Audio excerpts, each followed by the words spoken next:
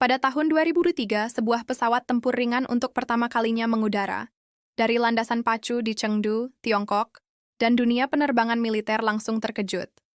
Pesawat itu belum punya nama resmi, belum punya reputasi, tapi desainnya sudah menunjukkan ambisi besar dari sebuah negara yang selama puluhan tahun bergantung pada jet tempur buatan negara lain. Negara itu adalah Pakistan, sebuah negara di Asia Selatan yang seringkali dipandang sebelah mata dalam hal teknologi pertahanan. Tapi apa yang terjadi selanjutnya membuktikan bahwa tekad dan strategi yang tepat bisa mengalahkan segala keterbatasan. Cerita ini dimulai jauh sebelum tahun 2003, tepatnya pada dekade 1990-an, ketika Angkatan Udara Pakistan menghadapi krisis besar. Embargo senjata dari Amerika Serikat membuat Pakistan tidak bisa mendapatkan jet tempur F-16 yang sudah dipesan dan dibayar lunas. Bayangkan situasinya, sebuah negara yang sudah membayar miliaran dolar untuk pesawat tempur, tapi pesawat itu tidak pernah dikirimkan. Uang tertahan, pesawat tidak datang, dan armada udara Pakistan semakin menua setiap harinya. Saat itu, Pakistan mengoperasikan jet-jet tempur lama seperti F-16, Mirage Chinook Frey, dan Mirage V yang sebagian besar sudah berusia lebih dari 2 dekade. Pesawat-pesawat ini membutuhkan biaya perawatan yang sangat tinggi dan performanya sudah jauh tertinggal dibandingkan jet tempur generasi baru. Kondisi geopolitik di kawasan Asia Selatan juga tidak memungkinkan Pakistan untuk bersantai. Tetangga terbesarnya terus memodernisasi angkatan udaranya dengan jet-jet tempur canggih dari Rusia dan Prancis. Pakistan membutuhkan solusi, dan solusi itu harus datang dari dalam negeri sendiri, atau setidaknya dari mitra yang bisa diandalkan. Disinilah hubungan strategis antara Pakistan dan Tiongkok memainkan peran yang sangat penting. Hubungan pertahanan antara Pakistan dan Tiongkok sebenarnya sudah terjalin sejak tahun 1960-an. Kedua negara sudah pernah bekerja sama dalam beberapa proyek militer, termasuk produksi tank dan senjata ringan. Tapi proyek jet tempur adalah level yang sama sekali berbeda. Ini bukan sekadar merakit senjata ringan di pabrik lokal. Ini adalah tentang merancang, mengembangkan, dan memproduksi pesawat tempur dari nol, sesuatu yang hanya segelintir negara di dunia yang mampu melakukannya. Pada awal 1990-an, diskusi serius dimulai antara Pakistan Aeronautical Complex yang berbasis di Kamra dan Chengdu Aircraft Corporation dari Tiongkok. Kedua pihak sepakat untuk mengembangkan jet tempur ringan yang terjangkau, mudah dirawat, dan memiliki kemampuan tempur yang mumpuni. Proyek ini awalnya dikenal dengan nama Super 7, yang merupakan pengembangan dari jet tempur Chengdu F-7 yang sudah dioperasikan oleh beberapa negara. Tapi seiring berjalannya waktu, desainnya berubah total menjadi pesawat yang sama sekali baru. Para insinyur Pakistan dikirim ke Tiongkok untuk bekerja bersama tim desain dari Chengdu. Mereka tidak hanya menjadi penonton, tapi aktif terlibat dalam proses perancangan aerodinamika, sistem avionik, dan integrasi senjata. Yang menarik dari proyek ini adalah filosofi desainnya yang sangat pragmatis. Pakistan tidak berusaha membuat jet tempur paling canggih di dunia. Mereka ingin membuat jet tempur yang paling efisien, yang bisa melakukan banyak tugas dengan biaya operasional yang rendah. Proses pengembangan berlangsung selama hampir 1 dekade penuh, dari tahun 1965 hingga 2003. Selama periode itu, ratusan insinyur dari kedua negara bekerja tanpa henti menghadapi berbagai tantangan teknis. Salah satu tantangan terbesar adalah pemilihan mesin. Sebuah jet tempur tanpa mesin yang handal ibarat mobil sport tanpa mesin. Tampan di luar, tapi tidak berguna. Pakistan dan Tiongkok akhirnya memilih mesin Klimov RD-93 buatan Rusia, sebuah varian dari mesin yang digunakan pada jet tempur MiG-29. Pemilihan mesin Rusia ini sendiri adalah sebuah langkah diplomatik yang cerdas. Pakistan berhasil meyakinkan Rusia untuk menyetujui ekspor mesin ini, meskipun hubungan antara Rusia dan Pakistan secara historis tidak terlalu dekat. Keputusan ini menunjukkan kemampuan diplomasi Pakistan dalam urusan pertahanan. Pada tanggal 25 Agustus 2003, prototipe pertama yang diberi kode PT-01 akhirnya mengudara untuk pertama kalinya. Penerbangan perdana ini berlangsung selama sekitar 18 menit dan berjalan sempurna tanpa hambatan. Momen ini menjadi salah satu pencapaian terbesar dalam sejarah industri pertahanan Pakistan. Setelah penerbangan perdana, proses pengujian intensif dimulai. Berbagai aspek pesawat diuji, mulai dari manuverabilitas, kecepatan maksimum, jangkauan terbang, hingga kemampuan membawa dan meluncurkan berbagai jenis senjata. Setiap penerbangan uji memberikan data berharga yang digunakan untuk menyempurnakan desain. Nama resmi JF-17 Thunder diberikan oleh Pakistan, di mana JF berarti Joint Fighter yang mencerminkan sifat kerja sama proyek ini. sementara Tiongkok memberikan nama FC-1 Xiaolong yang berarti naga ganas. Dua nama untuk satu pesawat yang sama mencerminkan kebanggaan kedua negara terhadap pencapaian ini. Video ini dibuat berdasarkan riset dan sumber-sumber yang tersedia. Tujuannya adalah untuk memberikan informasi, bukan untuk mendukung atau menentang posisi politik manapun. Spesifikasi teknis JF-17 Thunder sebenarnya sangat mengesankan untuk pesawat sekelasnya. Pesawat ini memiliki panjang sekitar 14 meter dengan bentang sayap 9,45 meter. Kecepatan maksimumnya mencapai Mach 1,6 atau sekitar 1,960 km per jam dan jangkauan tempurnya sekitar 1,352 km. Dengan 7 titik hardpoint untuk senjata, JF-17 bisa membawa berbagai jenis rudal, bom, dan pot targeting, yang membuat JF-17 benar-benar istimewa, bukan hanya spesifikasi teknisnya, tapi konsep keseluruhannya. Biaya satu unit JF-17 diperkirakan sekitar 25 hingga 32 juta dolar AS, bandingkan dengan F-16 Block 5/2 yang harganya bisa mencapai 70 juta dolar, atau Rafale yang harganya lebih dari 100 juta dolar per unit. Dengan harga yang jauh lebih murah, JF-17 menawarkan kemampuan yang sangat kompetitif.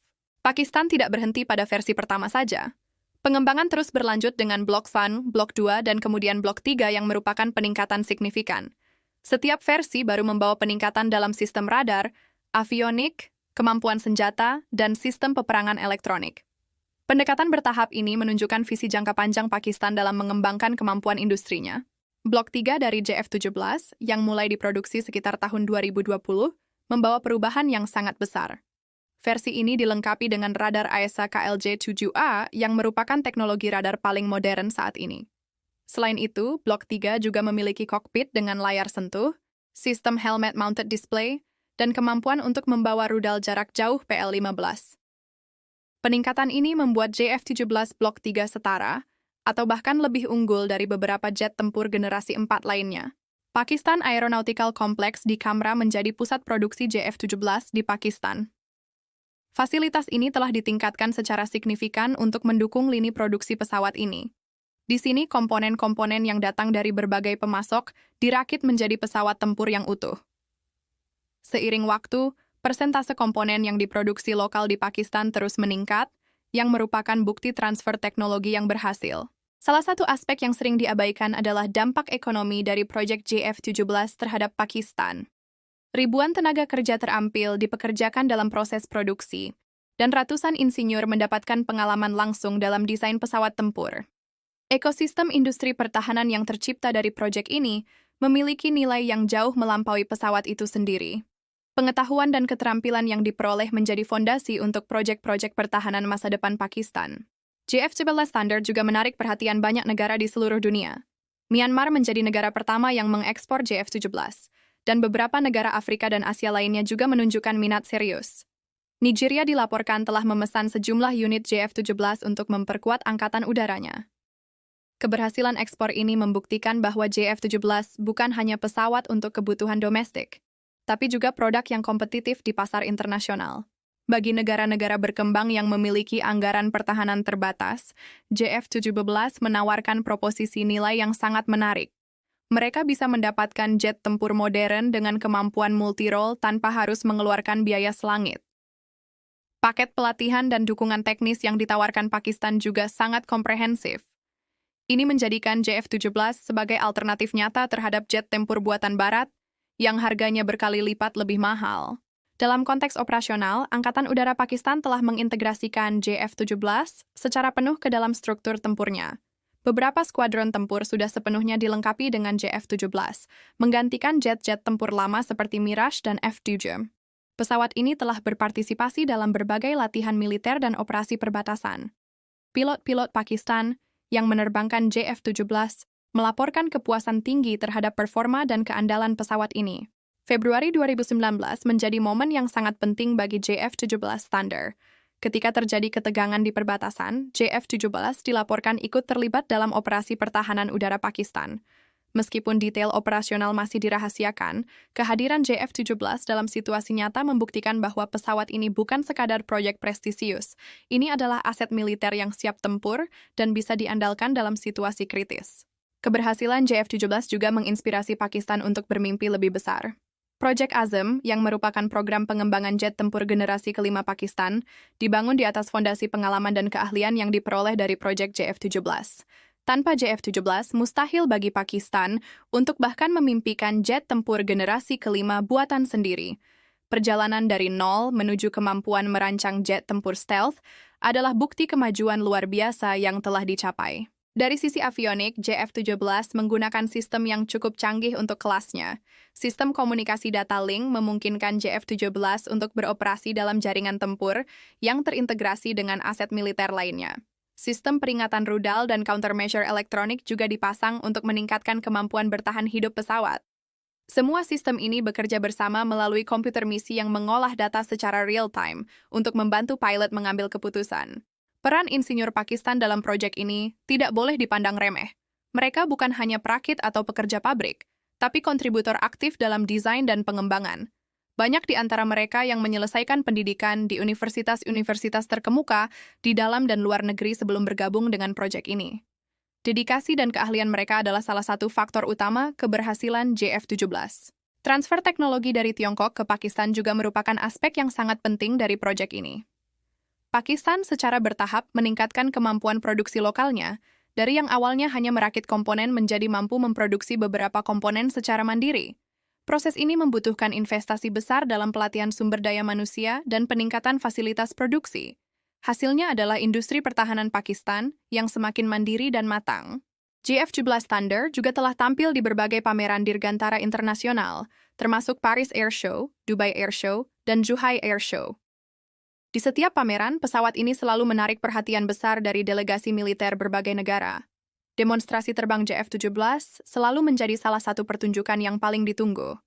Kehadiran JF-17 di panggung internasional mengangkat citra Pakistan sebagai negara yang mampu menghasilkan teknologi pertahanan kelas dunia.